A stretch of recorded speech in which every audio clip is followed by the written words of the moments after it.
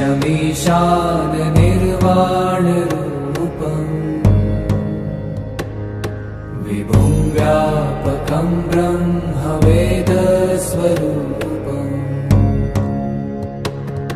निजं निर्गुणं निर्विकल्पं निरीहम् चिदाकाशमाकाशवासं भजेऽहम्।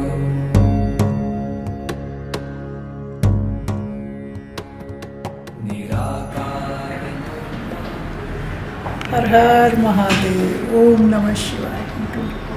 आज महाशिवरात्रि है 2025 और प्रयागराज महाकुंभ का अंतिम दिन आज संपूर्ण हो रहा है और ये मेरा तरीका है महादेव में आस्था व्यक्त करने का, श्रद्धा व्यक्त करने का, स्नेह का, विश्वास का। मैं यहाँ दिलजीत सर के पास आई हुई हूँ। उनके स्टूडियो में मेरा ये सेकंड एक्सपीरियंस है। Like you all can see baby Mahadev on my left hand, left side of my body. Left side depicts heart, दिल होता है हमारा बाएं साइड। एंड आप भी आइए, पुणे में दिलजीत सर का स्टूडियो है। हैप्पी महाशिवरात्रि, शुभ Mahashivratri. Thank you so much everyone. कल्लोलिनी चारुगंगा लसद्भालबालेन्दुकण्ठे भुजंगा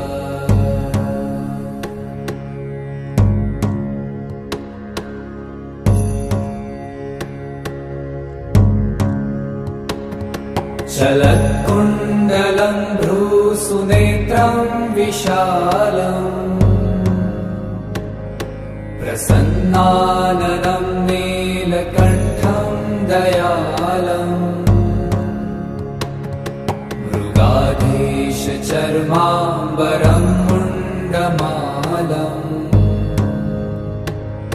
प्रियं शङ्करं सर्वनाथं भजामि।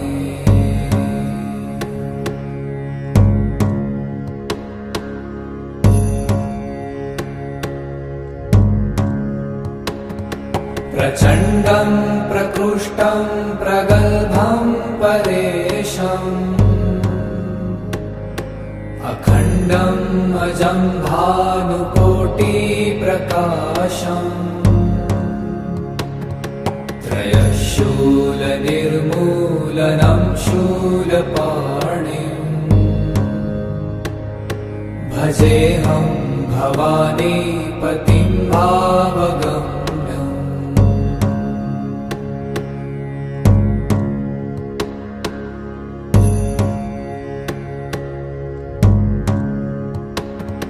कलातीत कल्याण कल्पान्तकारी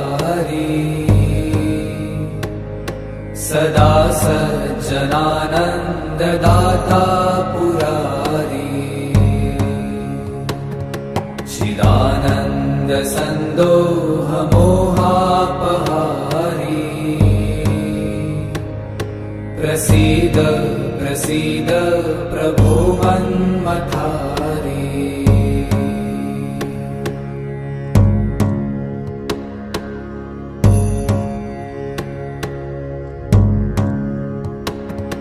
न यावत् उमानाथ पादारविन्दम्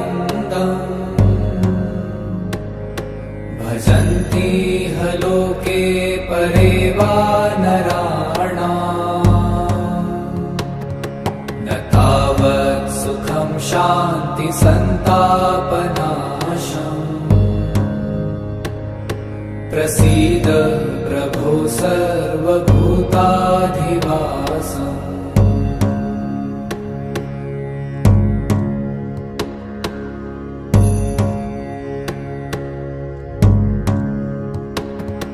न जानामि योगं जपं नैव पूजा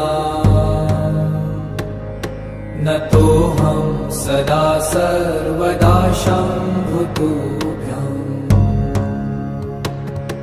जराजन्म दुःखो गतातप्यमानम्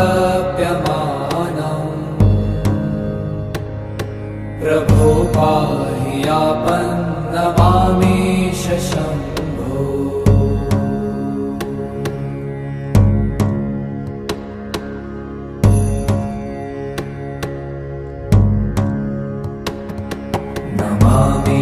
नमामीशमीशान निर्वाणरूपम् विभुं व्यापकं ब्रह्मवेदस्वरूपम् निजं निर्गुणं निर्विकल्पं निरीहम् चिदाकाशमाकाशवासं भजेऽहम्।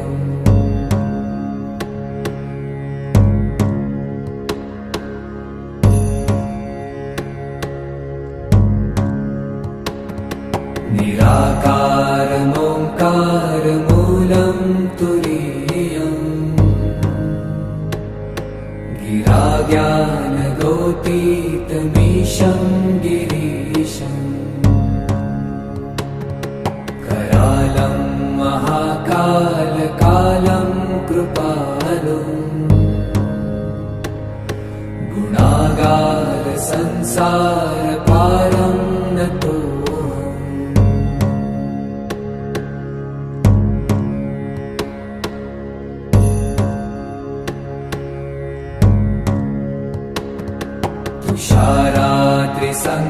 तुषारात्रिसङ्काशगौरं गभीरम् मनोभूतकोटिप्रभाश्रीशरीरम् स्फुरन्मौलिकल्लोलिनी चारुगङ्गा लसद्भालबालेन्दुकण्ठे भुजङ्गा।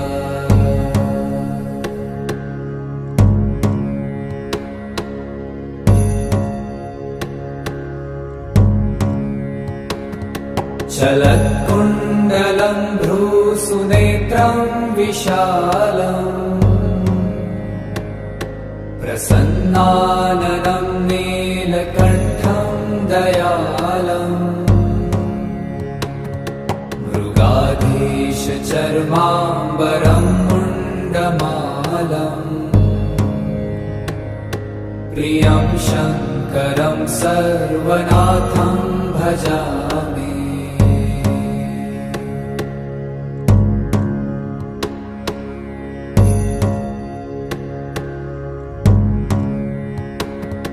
प्रचण्डं प्रकृष्टं प्रगल्भं परेशम्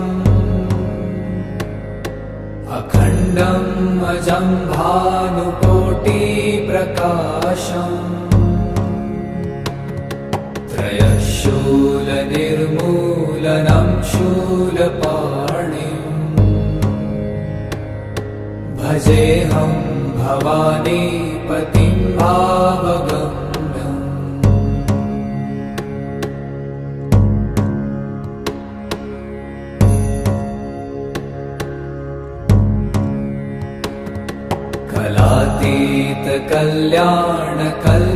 कलातीतकल्याणकल्पान्तकारी सदा सज्जनानन्ददाता पुरारी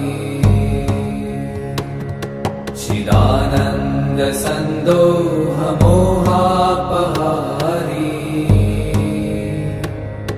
प्रसीद प्रसीद प्रभो मन्मथारी।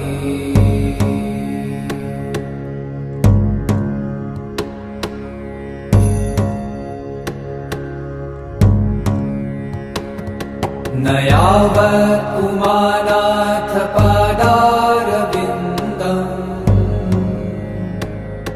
भजन्ति ह लोके परे वा नराणाम् न तावत् सुखं शान्ति सन्तापनाशम् प्रसीद प्रभो सर्वभूताधिवासम्।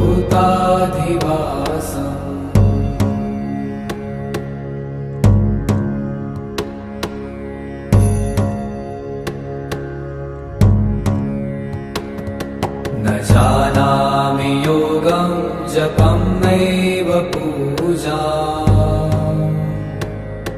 न तोऽहं सदा सर्वदा शम्भुतुभ्यम्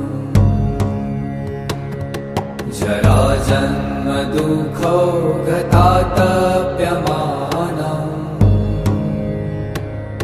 प्रभो पाहि आपन्नमामीश शम्भो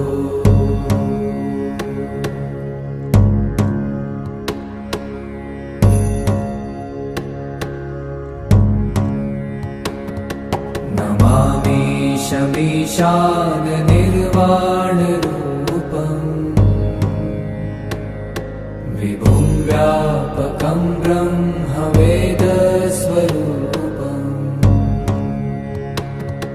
निजं निर्गुणं निर्विकल्पं निरीहम्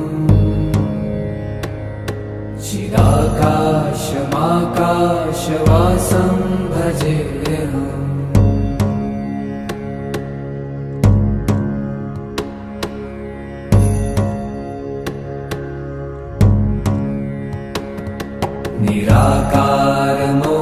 निराकारमोङ्कारमूलं तुरीयम् गिराज्ञानगोतीतमीशं गिरीशम्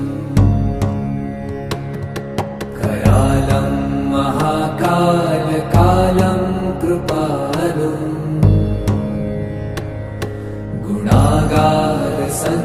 गुणागारसंसारपारं नतो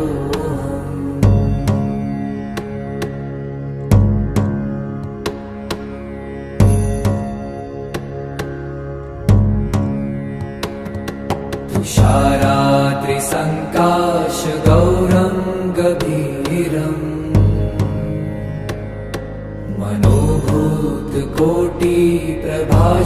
मनोभूतकोटिप्रभाश्रीशरीरम्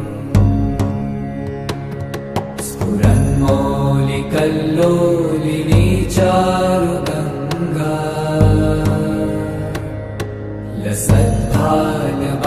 लसद्भालबालेन्दुकण्ठे भुजङ्गा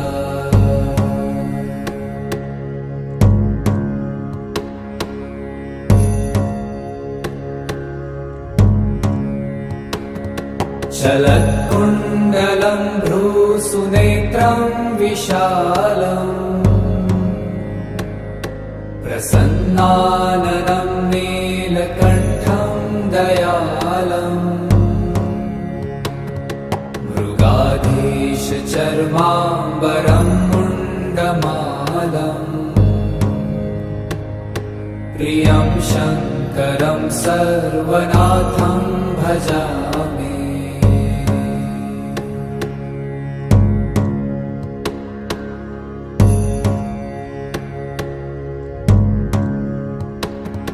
प्रचण्डं प्रकृष्टं प्रगल्भं परेशम् अखण्डम् अजं भानुकोटिप्रकाशम् त्रयशूलनिर्मूलनं शूलपाणिम् भजेऽहं भवानीपतिं भावगम्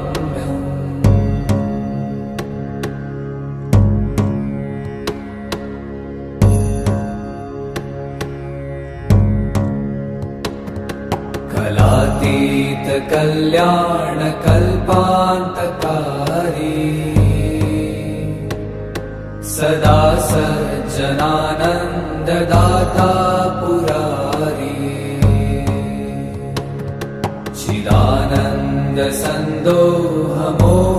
चिदानन्दसन्दोहमोहापहारी प्रसीद प्रसीद प्रभो मन्मथारी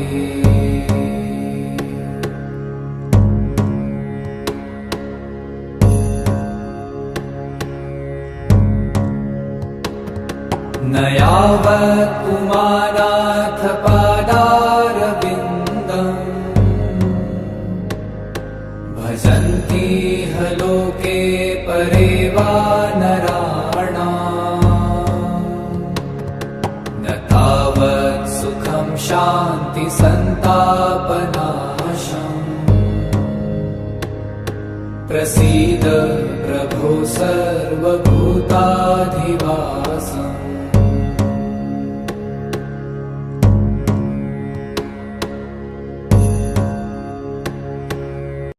शङ्करं सर्वनाथं भजामि।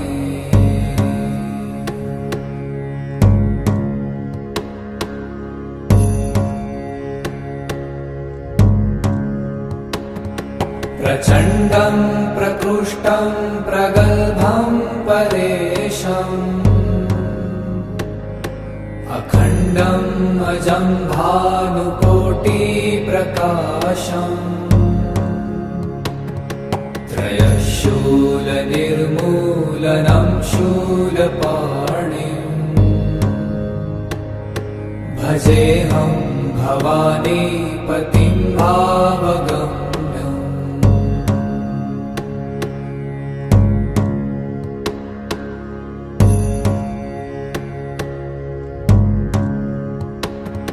कलातीत कल्याण कल्पान्तकारी सदा सज्जनानन्ददाता पुरारी चिदानन्द सन्दोह मोहापहारी प्रसीद प्रसीद प्रभो मन्मथारी।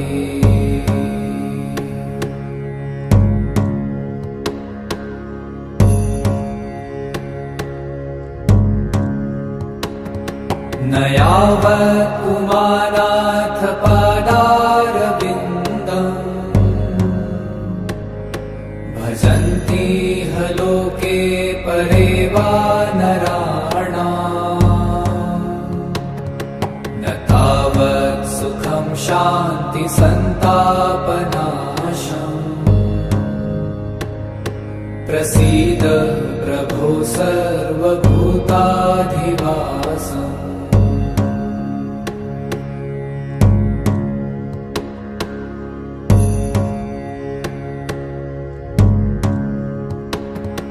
न जानामि योगं जपं नैव पूजा न तोऽहं सदा सर्वदा शम्भुतुभ्यम् जराजन्म दुःखौ गतातप्यमानम् प्रभो पाहि आपन्नमामीश शम्भो।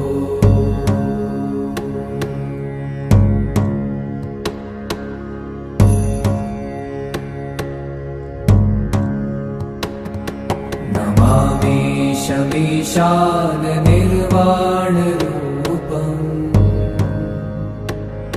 विभुं व्यापकं ब्रह्मवेदस्वरूपम्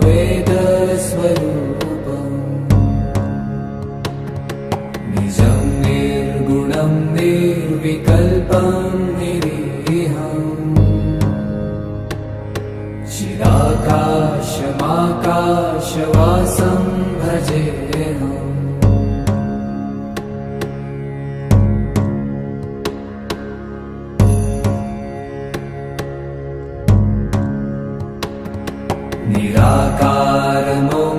निराकारमोङ्कारमूलं तुरीयम् गिराज्ञानगोतीतमीशं गिरीशम् करालं महाकालकालं कृपालुम् गुणागार संसारपारं नतो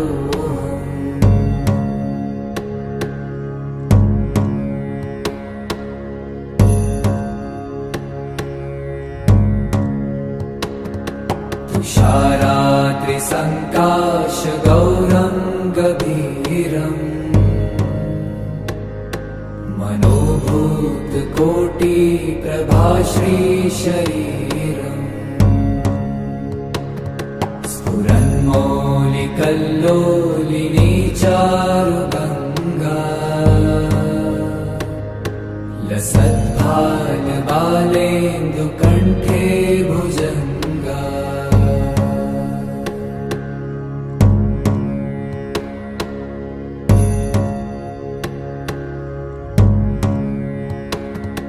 चलत्कुण्डलं भ्रूसुनेत्रं विशालम् प्रसन्नाननं नीलकण्ठं दयालम् मृगाधीशचर्माम्बरं मुण्डमालम् प्रियं शङ्करं सर्वनाथं भजामि।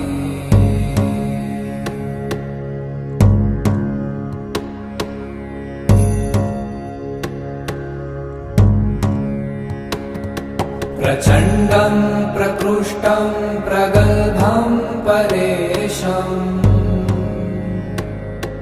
अखण्डं अजं भानुकोटिप्रकाशम् त्रयशूलनिर्मूलनं शूलपाणिम् भजेऽहं भवानीपतिं भावगम्यम्।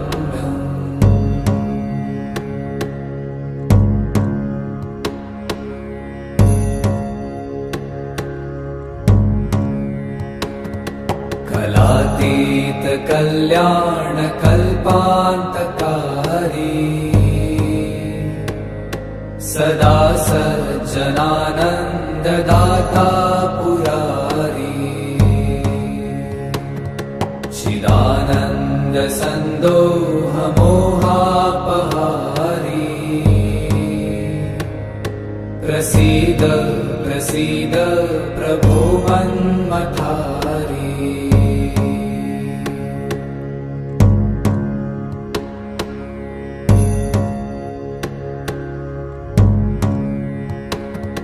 न यावत् पुमानाथ पादारविन्दम् भजन्ति ह लोके परे वा नराणाम्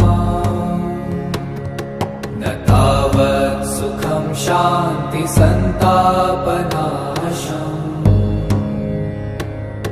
प्रसीद प्रभो सर्वभूताधिवासम्।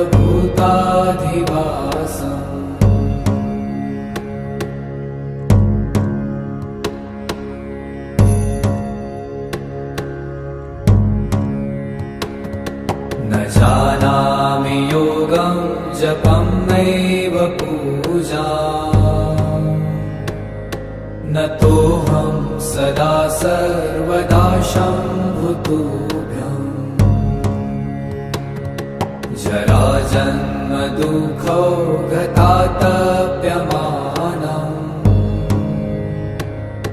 प्रभो पाहि आपन्नमामीश शम्भो।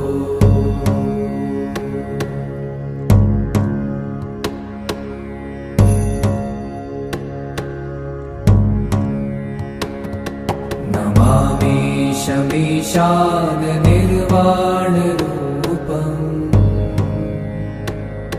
विभुं व्यापकं ब्रह्मवेदस्वरूपम्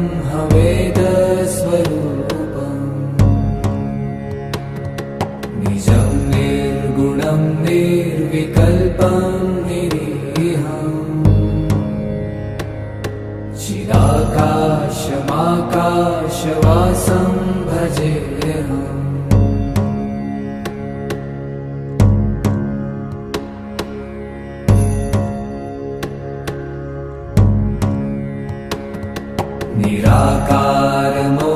निराकारमोङ्कारमूलं तुरीयम् गिराज्ञानगोतीतमीशं गिरीशम् करालं महाकालकालं कृपालुम्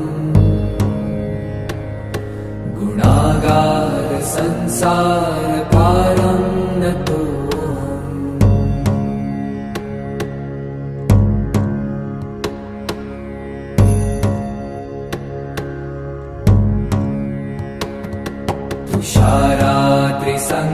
तुषाराद्रिसङ्काशगौरं गभीरम् मनोभूतकोटिप्रभाश्रीशरीरम् स्फुरन्मौलिक कल्लोलिनी चारुगङ्गा लसद्भालबालेन्दुकण्ठे भुजङ्गा